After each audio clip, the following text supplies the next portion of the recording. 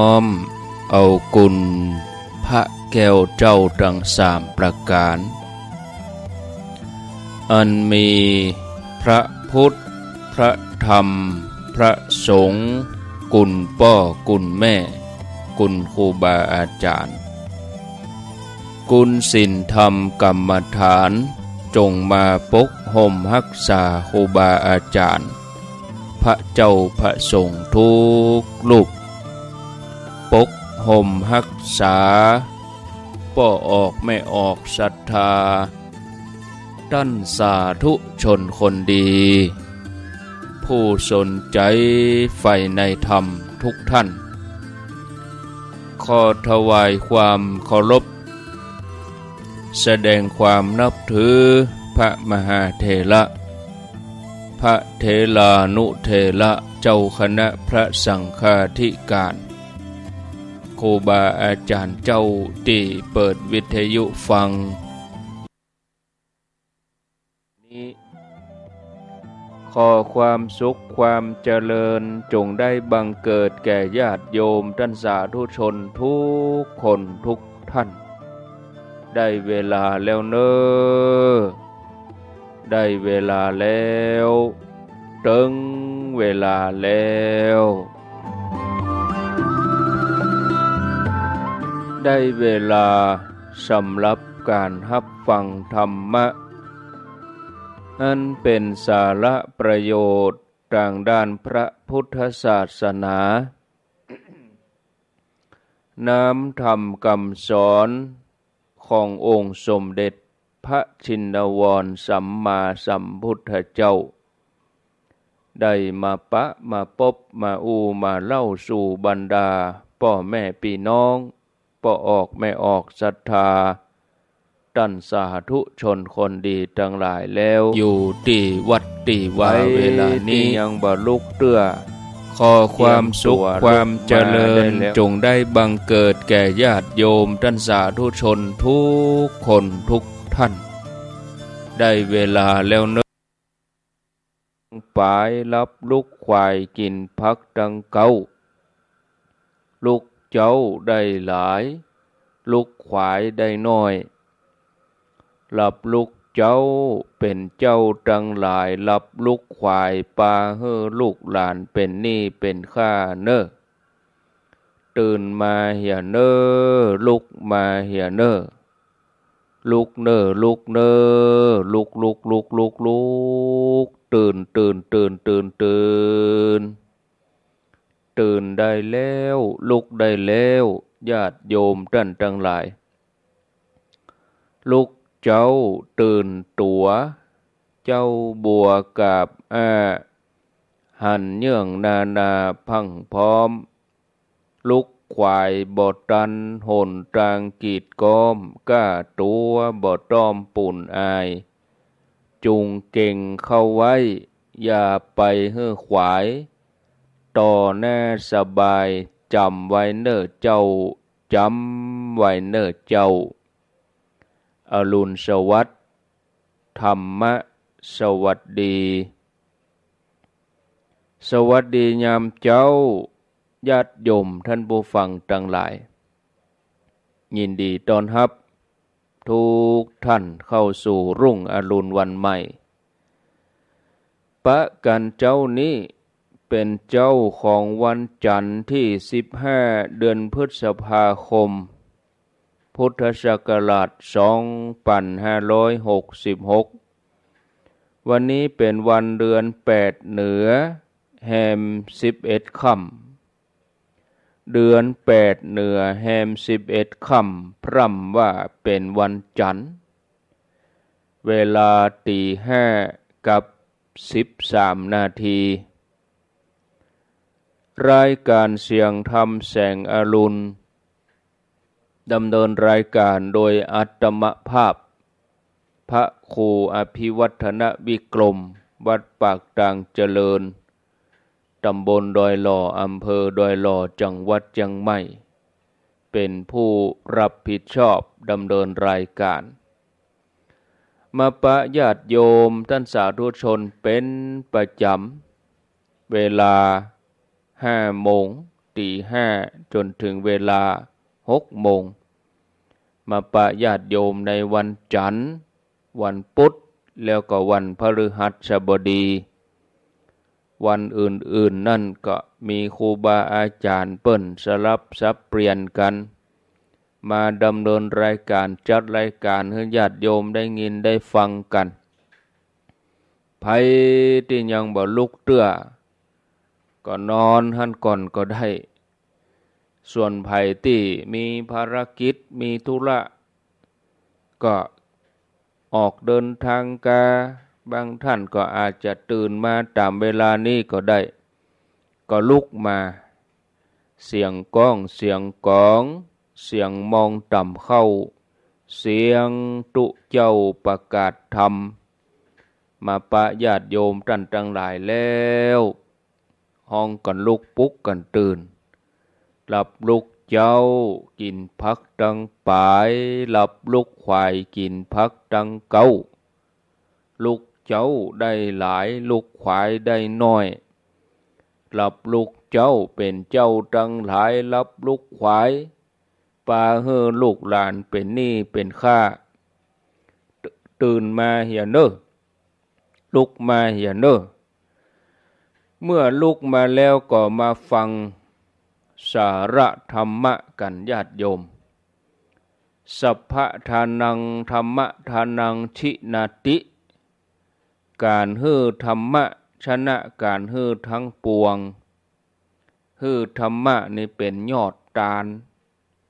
ธรรมตาลเนี่ยญาติโยมชนะทุกอย่างเพราะเป็นการได้ฮื้อแสงสว่างแก่ชีวิตคนที่ได้ธรรมะไปแล้วก็หูจักเอาไปพินิจพิจารณานำไปดำเนินชีวิตตัวเก่าให้ถูกต้องโดยที่จิตนั่นก็มีความสุขแล้วก็ประพฤติตัวดีบำเพ็ญประโยชน์แก่ผู้อื่นช่วยเหลือสังคมเนี่ยญาติโยมโอ้ก็เดียวกันเด้อขออนุญาตสัก2-3 นาทีกำลังอู้อยู่แมงเม่าก็บินเข้ามาพอดีกับปิดไฟทางนอกเปิดไฟทางในเอาแล้วญาติโยมแมงเม่าบินเข้ามาในนี่มันกวนมันคุยได้บินจ้าละวันเลยก็ปิดประตูแล้วมันเข้ามาได้จะได้หมู่นะ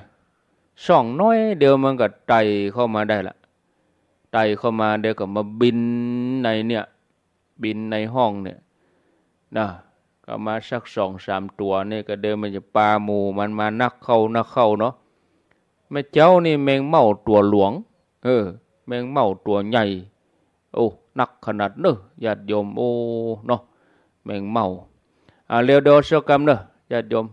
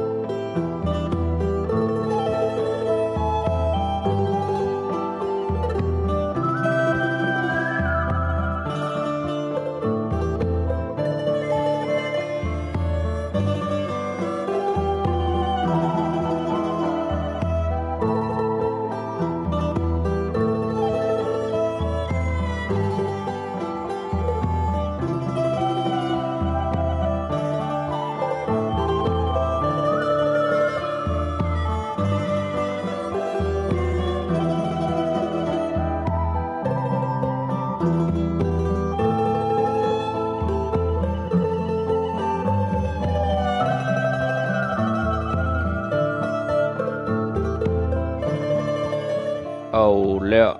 มาแล้วญาติโยมทั้งหลายก็พักไปบ่ถึงนาทีเนาะญาติโยมเขารอนี่เหมือนจะม้นแต่ว่ามันบ่ถึงนาทีเดี๋ยวจะมาพักไปตะกี้นี่นะบ่ถึงนาทีแต่ความรู้สึกของญาติโยมที่รอนี่เหมือนจะม้นนี่เนาะก็ไฟนี่แบบปิด เออบะปิดก็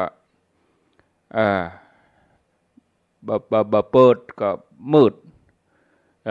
ปิดไปก็มืดเปิดไปก็แมงเม่าเข้ามาหาเหมาะ ญาติโยมเนอะเป็นตาสุกเหรอกันนี่เป็นตาสุกเหรอกะแมงเม่ารบกวนปิดประตูหมดแล้วนะแสงไฟมันหันน้อยมันกัดบินเกาะแล้วมันกัดเข้าช่องเข้าหูที่ไหนบ่ฮู้เนาะจากตัว2 ตัวก็เพิ่ม4-5 ตัวแต่กี้ก็จับมันกับเอามันโจ่งออกทางนอกไว้พุ่นละแมงเม่าตัวหลวงตัวใหญ่เหรอไม่เจ้านี่นะแมงเม่าออกมาเจ้าอู้ถึงไหนแต่กี้ญาติโยมอู้ถึงว่าฮือธรรมะนี่ชนะกันฮือทั้งหมดทั้งปวงธรรมทานนี่ชนะทุกอย่างคนที่ได้รับธรรมะนี่ก็จะนำไปปฏิบัติดำเนินชีวิตได้อย่างถูกต้องโดยที่มีจิตที่มีความสุขมีการประพฤติดีบำเพ็ญประโยชน์กับคนอื่นช่วยให้สังคมมีความสุขมีความเจริญมีความก้าวหน้าในธรรมการที่จะปฏิบัติธรรมได้ถูกต้องบอกว่าจะเป็นการเจริญศีลสมาธิปัญญาอย่างใดก็ตามก็จะต้องรู้จักธรรมะฉะนั้นการฮื้อธรรมะก็คือการฮื้อแนวทางปฏิบัติแนวทางดำเนินชีวิตที่ถูกต้องแม้แต่จะไปทำทานอย่างอื่นหรือการที่คนเฮาจะไปช่วยเหลือกันจะทำอย่างดีๆเนี่ยญาติโยมก็เพราะว่าคนนั้นเข้าใจธรรมะหรือว่าเคยได้ยินได้ฟังคำสอนที่ถูกต้องถ้าได้รู้จักคำสอนที่ถูกต้องคือธรรมะแล้วก็จะสามารถทำความดีได้ทุกอย่างแต่ถ้าบ่รู้จักธรรมะก็บ่รู้ว่าจะทำอย่างถึงจะถูกต้องก็อาจจะประพฤติผิดพลาดได้ญาติโยมมีภาษิตที่รับรองไว้เหมือนกันว่าการฮื้อธรรมะชนะการฮื้อทั้งปวงการฮื้อธรรมะนี่เป็นการฮื้อสิ่งที่เลิศสิ่งที่ประเสริฐที่สุดญาติโยมเป็นจะได้กรรมบักเก่าโบราณเปิ้นได้บอกว่าจารึกธรรม1 อักษรเท่ากับการสร้างพระพุทธปฏิมา1 องค์นี่ญาติโยมมีคติโบราณบอกว่าการสร้างพระธรรมแม้แต่1 ตัวอักษรถือว่าเป็นคุณค่าเท่ากับการได้สร้างพระพุทธรูป1 องค์เนี่ยโบราณเปิ้นถือกันมาอย่างนี้เพราะถ้าได้ทำบุญสร้างอักษรจารึกพระธรรมแล้วเนี่ยก็จะอยากให้คนเฮาได้ฮู้ได้เข้าใจว่าจะประพฤติตัวอย่างใดจะถูกต้องแม้แต่เฮาจะปฏิบัติเฮาก็ฮู้จักปฏิบัติต่อพระพุทธรูปได้อย่างถูกต้องเฮาก็จะต้องฮู้จักพระธรรมตัวเพราะพระพุทธรูปนั้นเป็นเพียงวัตถุที่เฮาสร้างเป็นรูปเปรียบเทียบพระพุทธเจ้าถ้าเฮาบ่ฮู้จักธรรมะบ่ฮู้จักคำสอนเฮาก็บ่ฮู้ว่ามีพระพุทธรูปไปเนี่ยใดแล้วเฮาควรจะทำอย่างใดต่อองค์พระพุทธรูปนี้ญาติโยมการที่เฮาได้นึกถึงพระพุทธรูปแล้วเฮาก็ไปเสาะหาพระพุทธรูปมาบอกว่าจะเป็นพระปูนพระไม้แกะสลักพระหินพระยกพระแก้วพระคำเอามาไหว้มาบูชาก็เพราะว่าเฮาได้รู้จักพระธรรม เฮาได้ทราบซึ่งในคำสอนว่าพระพุทธรูปเนี่ยเป็นองค์แทนพระพุทธเจ้าพระพุทธเจ้าเปิ้นมีกุลอย่างนั้นอย่างนี้เนี่ยเฮาถึงได้เคารพนับถือเนี่ยอันนี้ห้องว่าฮู้จักพุทธคุณโดยอาศัยธรรมะฉะนั้นญาติโยมการฮื้อธรรมะนี่ก็เลยเป็นสิ่งสำคัญเหมือนอย่างครูบาอาจารย์เปิ้นได้ตื่นเจ้าขึ้นมามอบธรรมะธรรมะให้กับศรัทธาญาติโยมบ่ว่าจะรูปแบบใดเทศน์ธรรมเมืองกาบรรยายกาแม้กระทั่งนำญาติโยมไหว้พระอันนี้ก็คือเข้าถึงธรรมะญาติโยมร่วมบุญบริจาคหอมกะน้ำกะไฟอุปถัมภ์กะอินเทอร์เน็ตดูแลก็เสมือนว่าเฮาได้สร้างธรรมะไปตัวกันตื่นเจ้ามาเฮาได้ไหวได้สาญาติโยมนี่นอกจากนั้นเนี่ยญาติโยมเวลาเฮาไหวพระพุทธรูปเฮาก็จะทำใจของเฮาสงบนิ่งถูกต้องเฮาจะไหวอย่างถูกต้องไหวอย่างใดก็คือไหวเนี่ยต้องอาศัยพระธรรมอาศัยพระธรรมคำสอนเหมือนกันว่าเวลาเฮาไหวพระเฮาจะต้องทำใจของเฮาให้สงบทำใจให้เฮาผ่องใสเบิกบานนึกถึงกุลการที่เฮาปฏิบัติถูกต้องนี่ก็เพราะอาศัยพระธรรมพระธรรมเนี่ยญาติโยมมีความสำคัญเปิ้นก็เลยถือว่าการสร้างพระธรรมแม้แต่เพียงอักษรตัวหนึ่งก็มีค่าเท่ากับสร้างพระพุทธรูปหนึ่งองค์แล้วถ้าเฮาสร้างอักษรหลายตัวก็ยิ่งมีค่านักญาติโยมคำสอนธรรมะเนี่ยจารึกข้อธรรมที่สำคัญอย่างใดก็เป็นเครื่องสืบต่อพระศาสนาอันนี้ก็เป็นสาระสำคัญที่แสดงถึงประโยชน์อานิสงส์ที่เกิดขึ้นจากการได้สร้างอักษรธรรมะได้แปลงคัมภีร์ได้เผยแผ่คำสอนการที่ญาติโยมเขาหมู่เฮาทั้งหลายไปทำบุญหมู่เฮาทั้งหลายใส่บาตรหมู่เฮาทั้งหลายไหว้พระสวดมนต์แม้กระทั่งหมู่ญาติโยมเขาฟังรายการวิทยุนี่ที่เฮาทำกันมาตลอดบางท่านก็ฟังทุกวันบางท่านก็ฟังกูเจ้าบางท่านก็ฟังตลอดวันค่ำนี่ทำกันมาเป็นปีเป็นเดือนเป็นปีญาติโยมบางทีก็ได้ถวายทำบุญประจำเดือนนี่อนุโมทนาถึงหมดถึงมวลเนี่ยก็เป็นการบำเพ็ญบุญกิริยาวัตถุบุญกิริยาคือการทำบุญตามหลักพระพุทธศาสนาที่เราได้ทำกันในด้านต่างๆโดยที่เคยเคยกล่าวญาติโยมเคยฟังครูบาอาจารย์มาแล้วที่เราหันชัดเจนก็คือการฮื้อทานตอนแรกก็ถวายทานเป็นกะนำกะไฟกะภัตตาหารใส่บาตรทำบุญทานขันเข้าตั้งลงทานเลี้ยงเพลพระอย่างเหล่านี้แล้วก็เฮาก็มารักษาศีลอย่างที่เฮาสมาทานกันมะยังพันเตวิสุงยะแล้วเฮาก็มาภาวนาคือทำใจของเฮาทำจิตใจสติปัญญาให้เจริญงอกงามทำจิตให้เจริญด้วยการทำใจให้สงบทำใจให้เบิกบานผ่องใสแล้วก็เจริญปัญญาด้วยการฟังธรรมเมื่อฟังธรรมแล้ว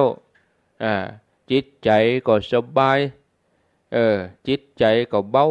โล่งสบายเกิดปีติเกิดความสว่างแจ้งเข้าใจธรรมะหูว่าอันยังจริงอันยังถูกต้องอันยังเป็นบาปเป็นบุญอันยังดีงามมีความเข้าใจในหลักธรรมคำสอนนักขึ้นก็เจริญปัญญา นะถึงแม้ยังบ่ได้บำเพ็ญสมาธิอะหยังก็ห้องว่าเป็นภาวนาเหมือนกันนะรวมแล้วคือปฏิบัติตามหลัก3อย่างห้องว่าบุญกิริยาวัตถุ3ทานศีล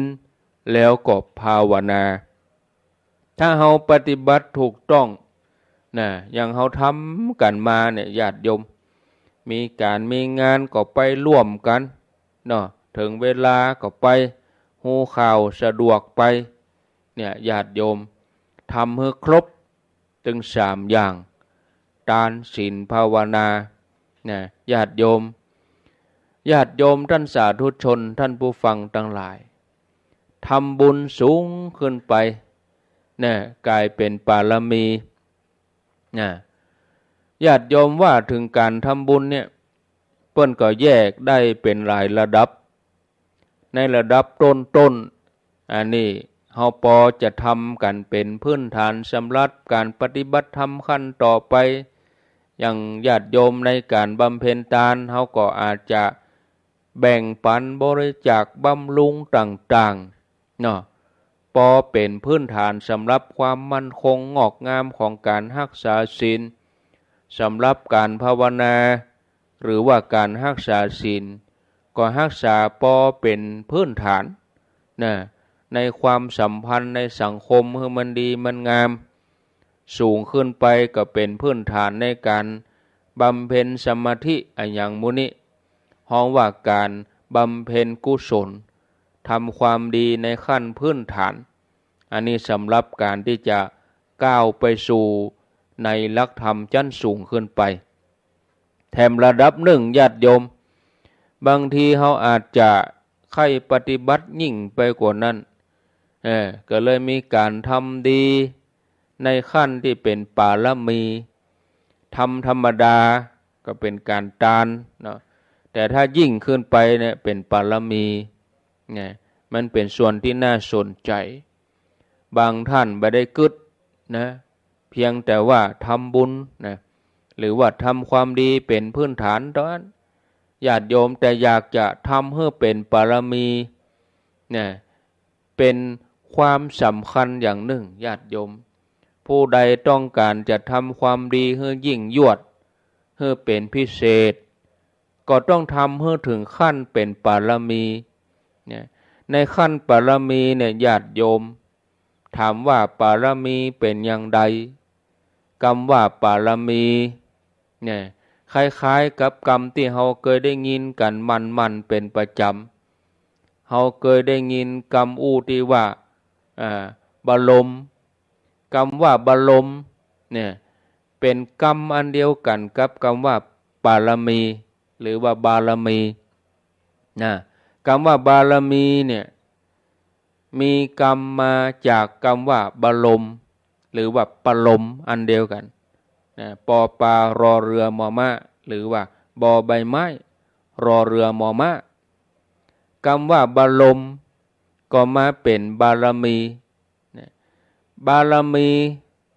ก็คือธรรมะคุณธรรมที่บำเพ็ญอย่างยิ่งยวดเพื่อจะบรรลุถึงจุดหมายอันสูงสุดญาติโยมจะเห็นว่าเรื่องสูงทั้งนั้นการปฏิบัติคุณธรรมที่เฮาปฏิบัตินั่นก็ปฏิบัติบำเพ็ญอย่างยิ่งยวดบำเพ็ญเพื่อไปถึงจุดหมายบรรลุถึงจุดสูงสุดที่ดีงามเนี่ยญาติโยมอย่างกับพระพุทธเจ้านี่ยกตัวอย่างพระพุทธเจ้าของเฮานี่แต่ก่อนเปิ้นก็เป็นโพธิสัตว์นะบำเพ็ญธรรมต่างๆนะบำเพ็ญตบะบำเพ็ญธรรมะที่พระองค์บำเพ็ญนั้นมีจุดหมายสูงยิ่งกว่า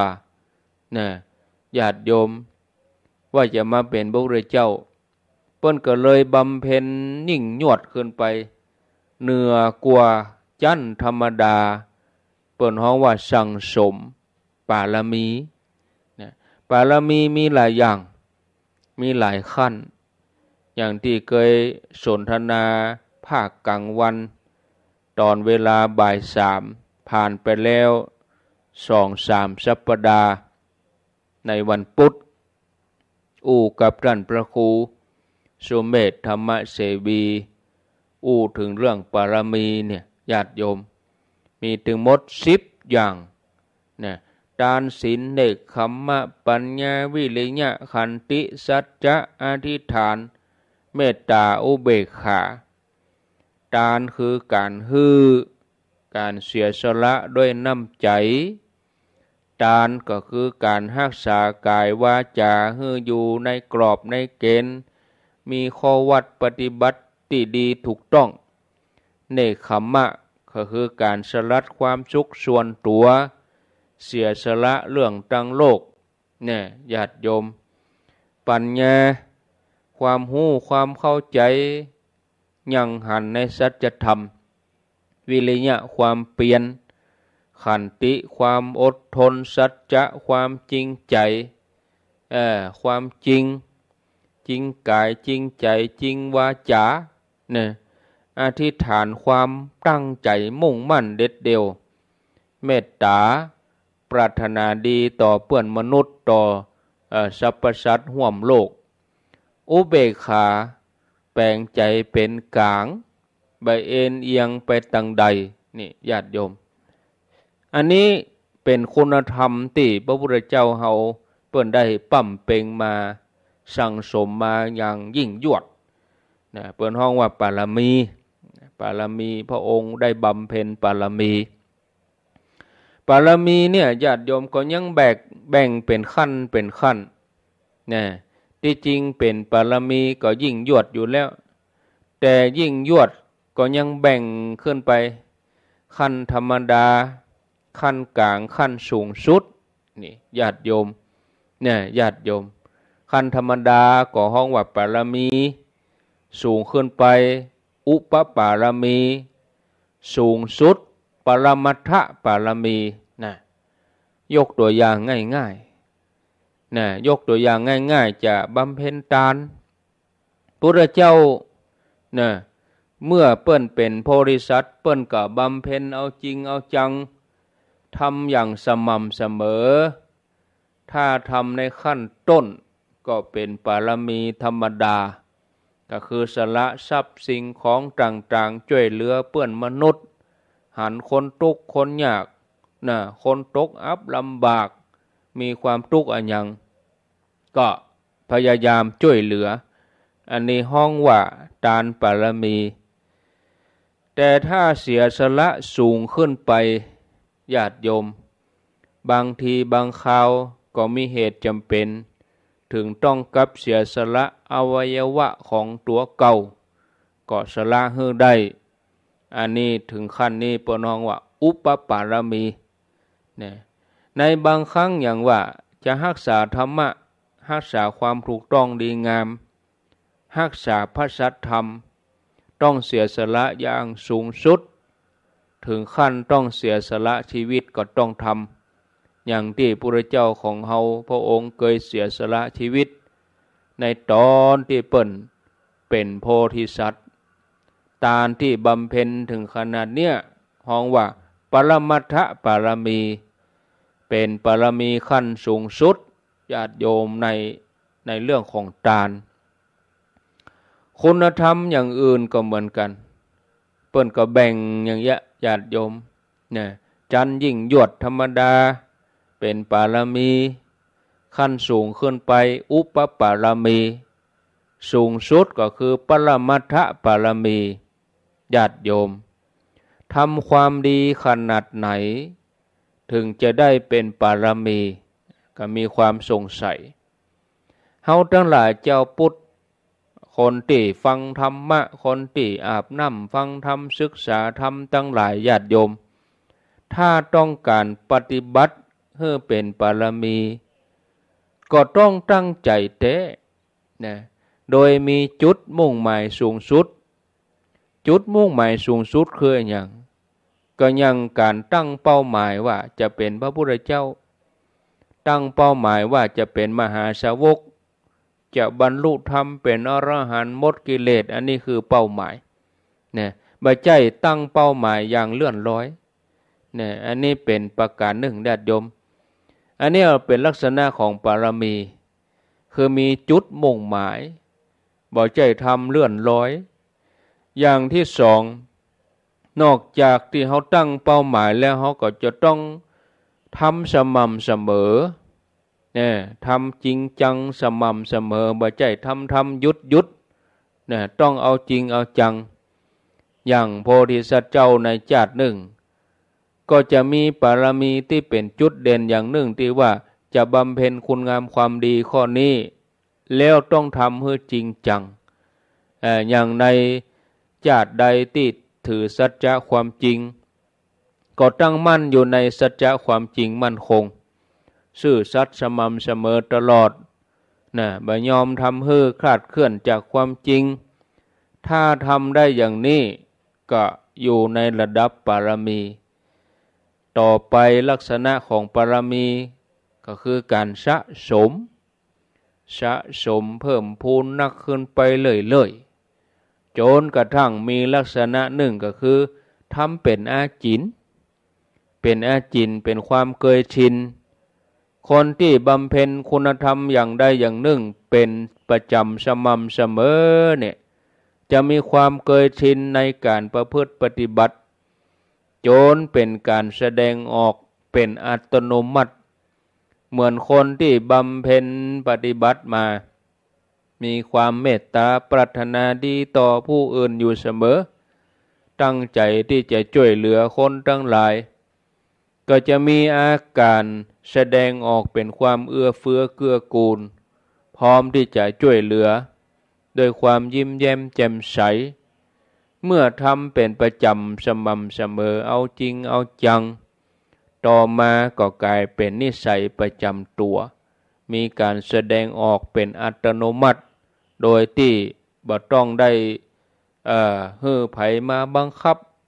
จิตมันสั่งของมันเองเลยไปของมันเองเลยนี่ญาติโยมท่านสาธุชนเนาะก็ฝากไว้วันพวกก่อกล้วยมาอู้ต่อนะเรื่องราวของบารมีอย่างนี้เนื่องจากว่าพอเวลาแล้วเดี๋ยวนี้ก็ตีห้ากับ40 นาทีก็เหลือเวลาแถม20 นาทีก็จะได้ลาศรัทธาญาติโยมท่านทั้งหลาย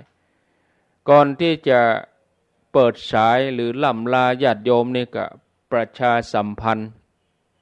ข่าวสารงานบุญงานกุศลเหี่ยก่อนเนาะ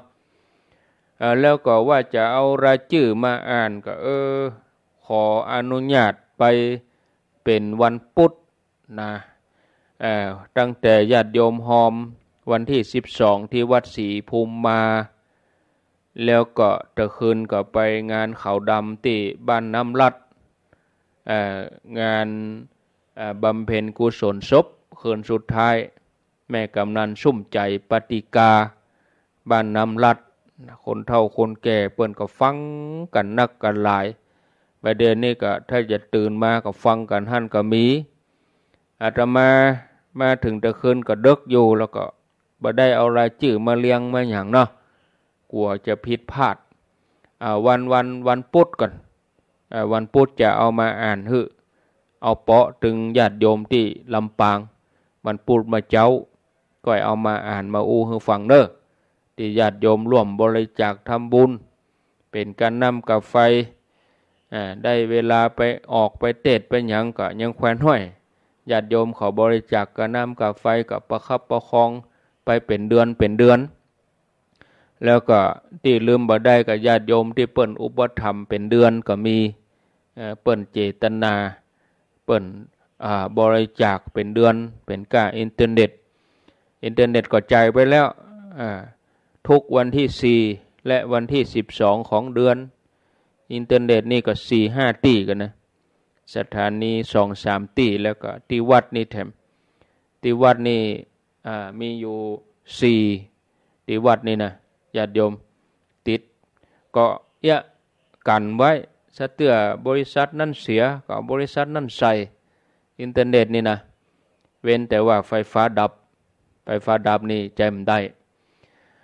ญาติโยมก็ต้องขอบคุณเด้อที่ไปร่วมกันที่งานวัดศรีภูมิมา วันที่12ที่ผ่านมา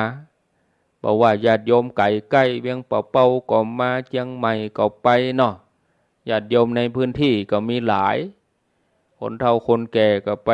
ม่วนอกม่วนใจก็เสียดายเวลาบ่มื้นอาตมาก็ไปปล่าปขวายไปเมื่อลูนเปิ้นไปถึงเปิ้นทำพิธีนะก็มันนั่นมันนี่มันเป็นวันศีลตัวแล้วก็ไปฮับญาติโยมก็ต้องเดินทางมันทุกทิกกลัวจะออกวัดได้นะจักขะเยอบึดอันหนึ่งบึดอันหนึ่งเนาะ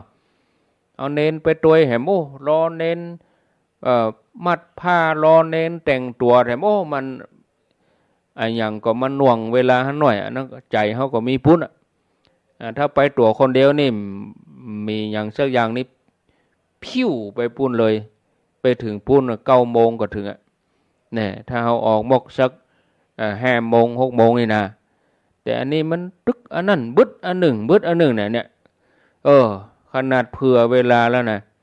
ยังไปจ้าหรือป่นอยู่นะต้องขออภัยนะบรรยายธรรมก็ตั้งใจบ่ได้บรรยายมนต์สักค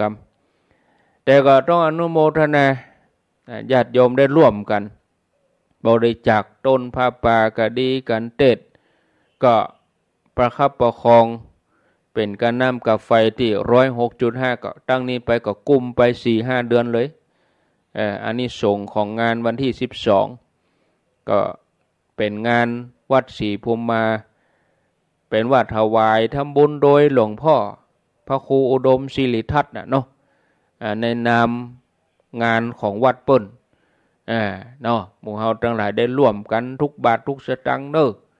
เป็นที่น่าอนุโมทนาที่บ่ได้มาที่บ่ได้ไปก็เอาไว้รอเตียนก็ไปเนอะน่ะรอเตียนก็บ่ได้มาแหมก็ป้อเนอะตั้งหันน่ะก็ป้อเนอะดำหัวปี68บ่เนอะ เพื่อไปถึงปุ้นเนี่ยยังได้บ่ฮู้เตื้อนี่ก็เนาะญาติโยมเนาะก็ผ่านไปแหมงานหนึ่งแถมงานหนึ่งกับวันที่19พฤษภาคมนี่ขอเชิญชวนร่วมงานทำบุญอายุวัฒนมงคลคณะศิษยานุศิษย์ลูกศิษย์ลูกหาลูกตุลูกพระตลอดจนถึงศรัทธาญาติโยมจะได้จัดงานทำบุญอายุวัฒนมงคลสืบชะตาหลวงปู่พระครูปฏิภาณธรรมทินวัดพระธาตุม่อนจอมพออำเภอเวียงป่าเป้าจังหวัดเชียงรายซึ่งหลวงปู่จัดรายการทุกวันจันทร์อย่างวันเนี้ยเมื่อคืนหลวงปู่ก็จัดรายการ20 ทุ่มถึง4 ทุ่มทุกวันจันทร์พี่น้องทางลำปางก็ไหลไปเสาะหาเอาที่คลื่นวิทยุลำปางมีไหลเสาะหาที่ห้างชัดนี่ที่อำเภอเมืองก็มีนะเมื่อคืนบึดเด้อไหลเสาะหาเอาถ้าจะฟังที่106นี่ก็เมื่อคืนก็จะเป็นท่านพระมหาบวรวิทย์ถ้าจะฟังหลวงปู่พระครูปฏิภาณธรรมทินวัดพระธาตุม่อนจอมพอก็ไหลเสาะหาไหลคลื่นเสาะหาเอาปะไหลเสาะถึงปะเนอะญาติโยมสถานีวิทยุที่ลำปางปุ่นนะเวลาเมื่อคืนก็ออกอากาศได้นะวันที่19ก็ขอเชิญชวนญาติโยมไปร่วมกันอาตมาเขาก็จะไปครูบาอาจารย์ก็ไปกันหลายตนอยู่วันที่19ก็วันศุกร์นี่นะวันนี้วันจันทร์วันที่19ก็วันศุกร์ก็ขอเชิญชวนเด้อญาติโยมทุกคนทุกท่านเชิญชวนไปร่วมกันนะในวันที่19ที่พระธาตุม่อนจอมพอแล้ววันนี้ก็เหมือนกันเด้อพี่น้องญาติโยมทางเมืองปานงานพระราชทานเพลิงศพพระครูกิติอัธวิทย์อดีตเจ้าวาดวัดหลวงเมืองปานเปิ้นจะเอาสรีระร่างของท่านนอนปราสาทตานปราสาทวันนี้วันที่15พฤษภาคมเปิ้นจะตานปราสาทกันแล้วตั้งแต่คืนนี้เป็นต้นไปจนถึงวันที่20พฤษภาคมก็มีการเทศน์การสวดทุกคืนญาติโยมจะไปร่วมบุญปูจาผ้าไตรปูจาหลวงปูจาฟื้นก็ขอเจริญพรได้ที่วัดหลวงเมืองปาน มาวี่มาวันก็ไปได้บางคนทำงานเมื่อคืนธุระเข้ากะเข้าเวรก็ไปทำบุญเมื่อวันบางทีเมื่อวันเฮาอิดการอิดงานกลัวมันฮ้อนเฮาก็ไปเมื่อคืนบรรยากาศมันคนละอย่างเมื่อวันก็แห่งบรรยากาศเมื่อคืนเฮาก็ไปพอไฟพอแสงพอสีเนาะเมื่อคืนก็ไปแห่งอย่างนี่นะนั่นก็เจริญปอนสะดวกเวลาใดเจริญปอนเด้อส่วนธรรมภาพก็จะไปคืนวันที่20พฤษภาคมมันก็จะไปเทศที่งานวัดหลวงเมืองปานเนาะก็เจริญปอนแจ้งญาติโยมท่านสาธุชนเนาะพระราชทานเพลิงศพในวันที่21พฤษภาคมเชิญชวนญาติโยมทุกคนทุกท่านด้วยงานแถมต่อไปก็วันที่28พฤษภาคมนี่ก็ขอเชิญชวนร่วมกันตักบาตรที่ศูนย์ปฏิบัติธรรมดอยหล่อตั้งไปผาจ้อพระสงฆ์1,000กับ28รูปครบรอบ28ปีของอำเภอดอยหล่อเนอะคณะสงฆ์ก็มาจาก8อำเภอตั้งแต่อำเภอเมืองสารปีหางดงสันปะตองแม่วางดอยหล่อจอมตองฮอด8อำเภอพระสงฆ์1,000กับ28รูปขอเชิญชวนเวลา6 โมงเช้าที่ศูนย์ปฏิบัติธรรมดอยหล่อ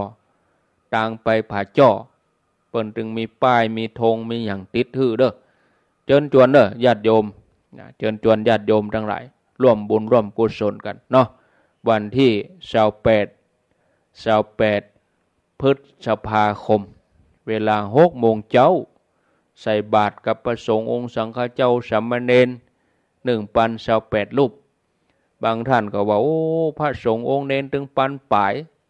เฮาจะเอาหยังใส่ปะล่ำปะเหลือก็เอาเต้าที่เฮาพอจะเกียมไปได้เฮามีกี่อย่างเฮามีกี่ชิ้นก็เตรียมไปตามนั้น20ก็30ก็100ก็5ก็10ก็เต้าใดเต้าอันเอาที่ตามที่ชอบมาหาได้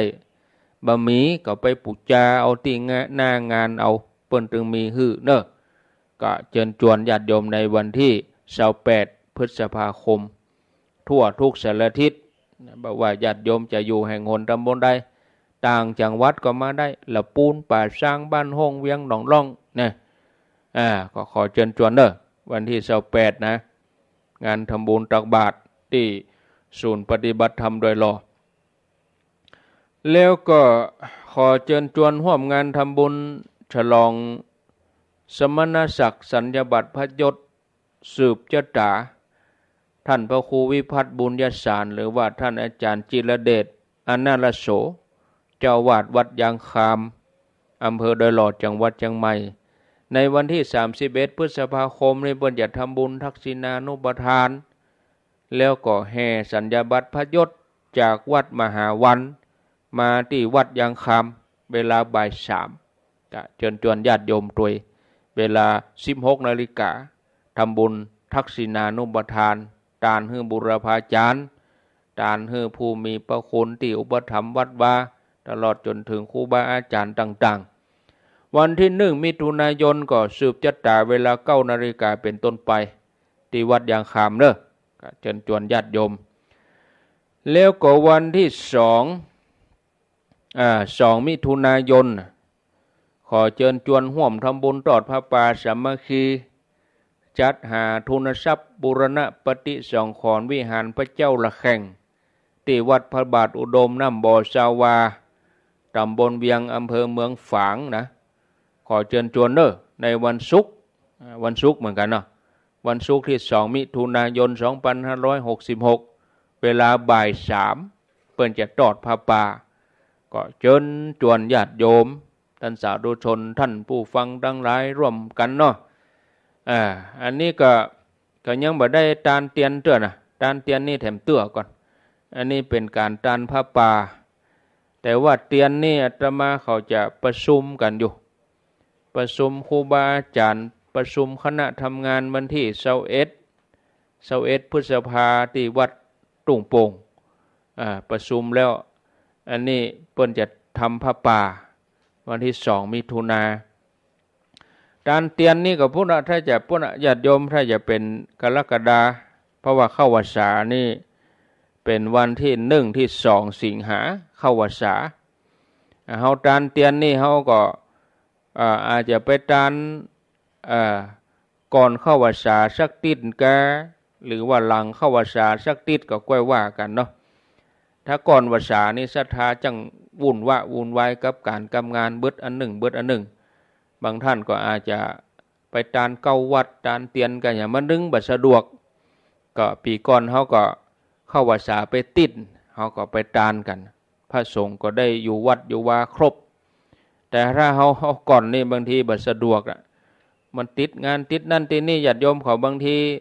ก็เห่งงานเนาะก่อนเข้าพรรษานี่เอามันแล้วยะจัดงานนั่นจัดงานนี่จนกันก็ว่าหามกรรมเนาะรออาตมาเขาประชุมกันแต่วันที่2นี่ก็ไปแน่นอนอยู่ครูบาอาจารย์ก็ไปหลายตนอยู่อาตมาก็จะไปอยู่ญาติโยมจะไปร่วมบุญแห่งก็ขอเจริญพรวันที่2 มิถุนายนส่วนการทำบุญจานเตียนนี่ก็หลังประชุมวันที่21 พฤษภาก็ก้อยมาว่ากันแถมกรรมอันนี้ไปจานเตียนเขาก็ไปแถมเนาะญาติโยมเนาะแล้วก็วันที่3 มิถุนาเวลากลางคืนเชิญชวนร่วมกันไปทำวัดสวดมนต์3 มิถุนานี่เป็นวันวิสาขบูชาไปร่วมกันสวดมนต์แล้วก็ฟังเทศน์เมื่อคืนเนอะที่วัดเกตกะลามอำเภอเมืองเชียงใหม่วัดเกตกะลามก็วันที่3เมื่อคืนอาตมาก็จะได้ไปบรรยายธรรมที่นั่นส่วนเมื่อวันก็ที่อบต.บ่อขุนหวานญาติโยมอยู่ในพื้นที่ญาติโยมก็ขอเจริญพรไปร่วมกันฟังธรรมฟังบรรยายที่อบต.บ่อขุนหวานในวันที่3วันที่3 มิถุนายนนะก็ขอเชิญชวนญาติโยมท่านสาธุชนทุกคนทุกท่านพอเวลาแล้วก็ไปเวลาก็ไล่หลังมาติ๊กรายละเอียดอย่างใดนั่นก็มามาจากันนะวันที่3นี่ที่อบต.บ่อขุนหวานนี่เวลาบ่าย3เลยญาติโยมทำหูลืมบอกเวลาเฮ้เปิ้นที่อบต.องค์การบริหารส่วนตำบลมะขุนหวานวันที่3ก็บ่าย3เนาะที่อบต.บ่อขุนหวานนะวันที่3บ่าย3ก็เชิญชวนญาติโยมโดยเมื่อคืนก็ไปปากันที่วัดเกตกะลามเมืองเชียงใหม่วันที่3นั้นก็ภารกิจก็หนักน้อยงานส่งน้ำพระธาตุสีจอมตองตัวยนะงานประเพณีส่งน้ำประเพณีเดือน9ปีนี้ก็ตรงกับวิสาขบูชาพอดีเนาะพอเวลาแล้วก็ลาละนึญาติโยมเปิดสายก็คมหมดรันละนะนำรายการจากลาญาติโยมไปก่อนรายการต่อไปก็เป็นรายการของหลวงพ่อพระครูสังวรศิลาภิลักษ์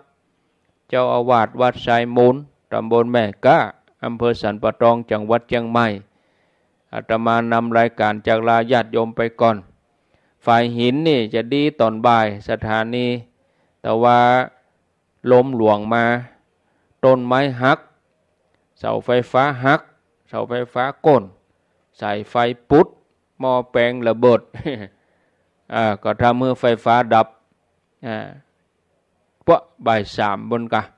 วันเนี้ยสถานีไฟหินจะดีแต่สถานีอื่นปกติเด้อญาติโยมลาไปแล้วอายุวันโน